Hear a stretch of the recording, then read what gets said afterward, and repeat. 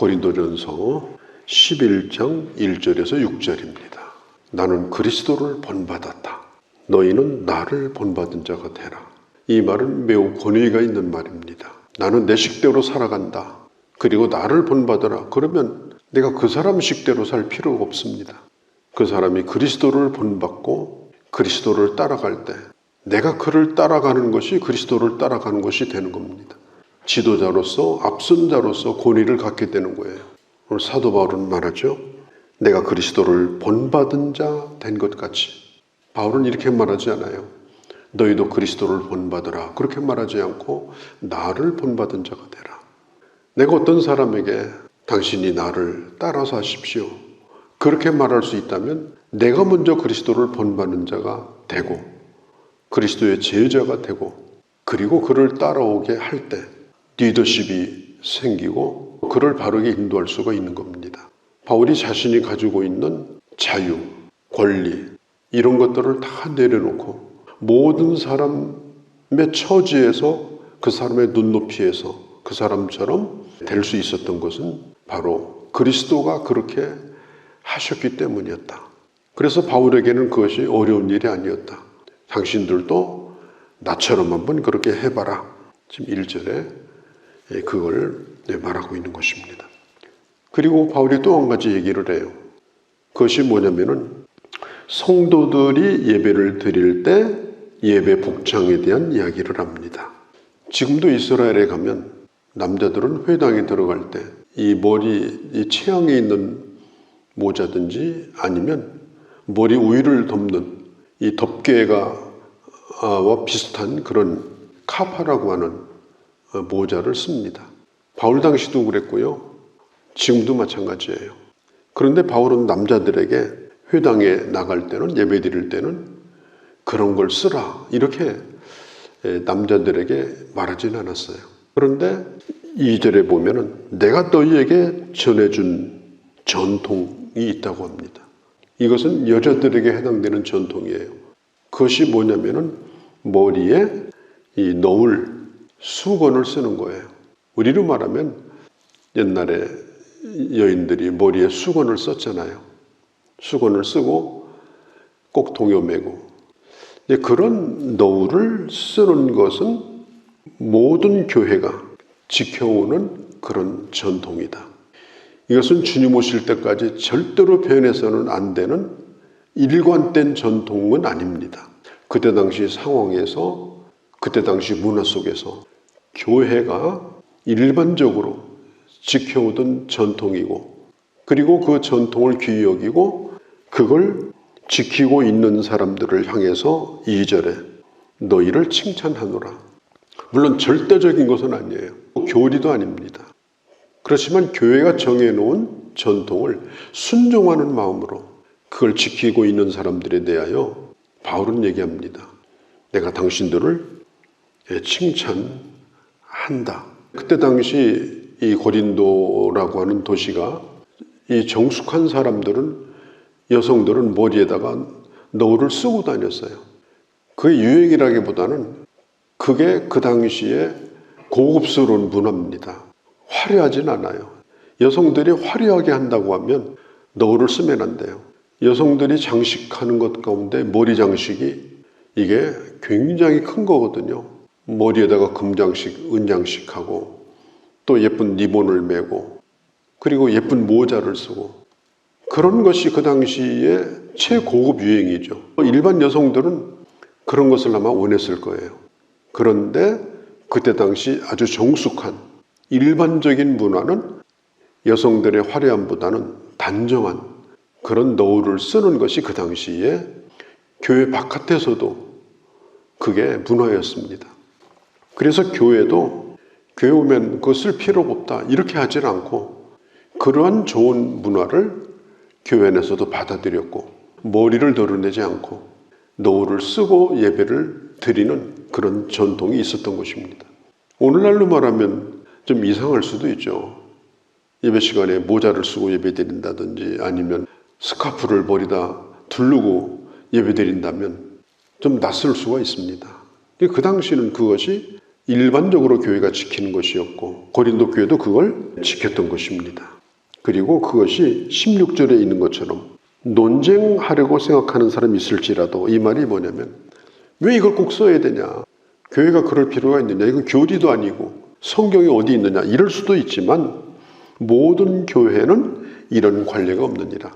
적어도 그 당시 교회는 그것이 좋은 전통으로 여겨서 그렇게 하고 있을 때, 교회 밖에서 일어난 자유의 바람, 유행을 따라가고 화려함을 보여주고 금고리, 은고리 달고 다니고 이렇게 하는 유행이 막 불면서 너울을 벗기 시작했거든요.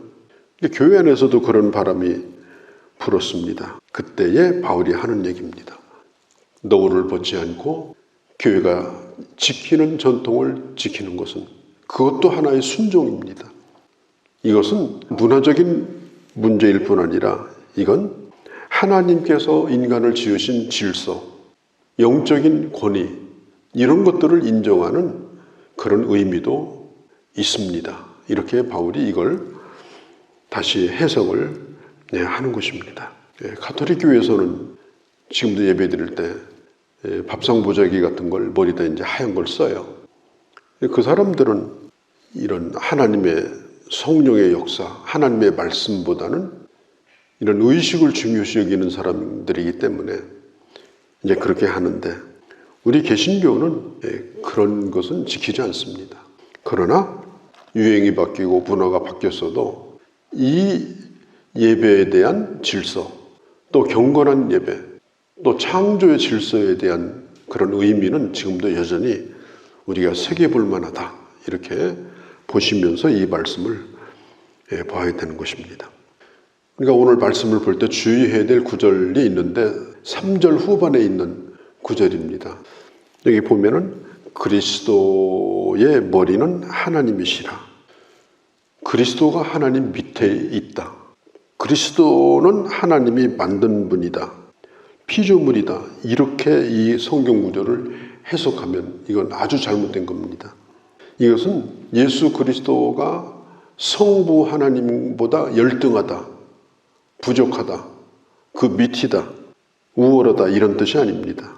이것은 성삼위 하나님의 삼위, 성부, 성자, 성령은 똑같은 권위를 가지고 있습니다. 똑같은 격을 가지고 있습니다. 그렇지만 질서를 이야기할 때 말하는 것이 바로 이 3절 끝이에요. 그리스도의 머리는 하나님이시라. 여자의 머리는 남자다. 남자의 머리는 그리스도시라. 이 말은 남자가 여자 위에 있다, 또 여자는 남자보다 열등하다, 이제 그런 뜻이 아니에요. 이것은 하나님이 세우신 질서입니다. 똑같은 가치를 가지고 있습니다. 물론 창조 때에 남자에게서 여자가 나왔습니다. 뼈를 뽑아서 여자를 만들었어요. 그러나 그 이후로는 여자에게서 남자가 나왔어요. 남자들은 다 여자가 낳은 자식들이지 남자가 낳은 게 아니에요. 이것은 하나님의 어떤 창조의 질서 안에서 일어난 일이기 때문에 남자나 여자가 누가 우월하다, 누가 열등하다, 그런 뜻은 아니라는 거예요. 창세기에 보면은 여자는 남자를 돕는 배필이다. 그러니까 배필이라는 말을 쓰죠. 배필은 돕는다는 뜻이에요. 그러면 돕는 자는 도움을 받는 자보다 낮은 자냐? 그러니까 여성은 남성보다 부족한 자냐? 절대로 그렇지 않습니다. 하나님은 우리를 돕는 분이에요. 그러면 하나님이 우리보다 못하신 분입니까? 성령도 우리를 돕는 분이셔요. 그러면 성령이 우리보다 못하냐? 그렇지 않습니다. 돕는 자라고 하는 이 배필은 여자가 남자보다 밑에 있다, 부족하다, 그런 뜻은 결코 아닙니다. 차별의 의미가 아니에요. 이것은 역할의 의미입니다. 그러니까 남성은 남성답고 여자는 여성답고, 그리고 자기 자리를 창조의 원리를 따라서 지키는 것, 그것이 아름다운 것이다. 그걸 말해주고 있는 것입니다. 사도 바울이 이 남자, 여자 이 얘기를 8절부터 쭉 하지 않습니까? 이것은 질서의 문제입니다. 질서. 지금이나 예전이나 똑같아요. 그러니까 예배를 드릴 때 단정한 복장으로 예배를 드려야 되겠죠. 예배 복장이 따로 있는 것이 아니에요. 그러니까 자기가 정하는 거예요. 그러니까 주일날은 그 옷을 입고 예배에 나오고, 지금도 마찬가지예요. 아주 좋은데 외출 갈 때는 그 옷 입고, 예배 때 나올 때는 대충 입고, 그러지 말고 제일 좋은 옷을 예배 때 나와서 입고, 그리고 예배를 드릴 때 그 형식에서 중심이 담겨질 때 그 중심도 더 무게가 나갑니다. 형식을 다 틀어버리고 아무리 중심을 잡으려고 해도 형식이 틀어져 버리면 그 근본도 흔들려 버려요. 그래서 예배에도 질서가 있고, 예배에도 하나님을 향한 예절, 또 성도를 향한 그런 예절이 필요하다 하는 것입니다. 일반적으로 또 용납이 안 되는 복장을 입고서 교회에 나온다면 아마 함께 예배 드리는 사람도 불편할 거예요. 아니, 불편하다 못해서 불쾌감을 줄 수도 있습니다. 또 앞에서 예배를 인도하는 사람이 또 그런 복장이라고 하면 그것도 또한 보기가 힘들 거예요.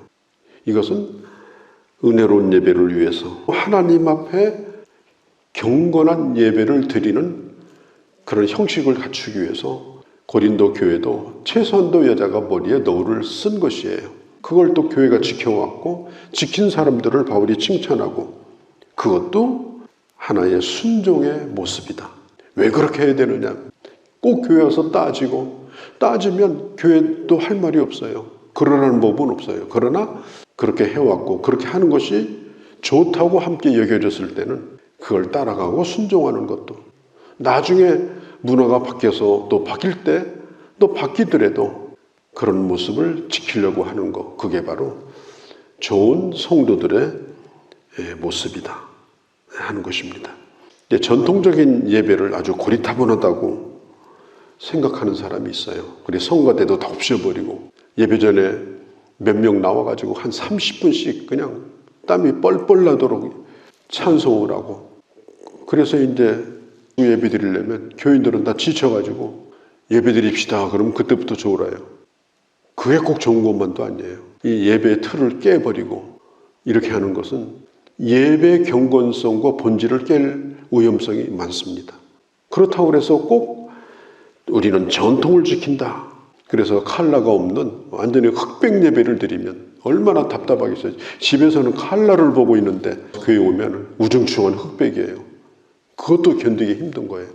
그래서 그 문화적인 부분을 예배에 반영을 하되 예배 본질을 잘 지켜나가는 이런 지혜, 예배 인도자의 그런 영적인 분별력, 이런 것들이 필요하고, 오늘 고린도 교회가 겪고 있는 문제에 대하여 바울이 하는 얘기입니다.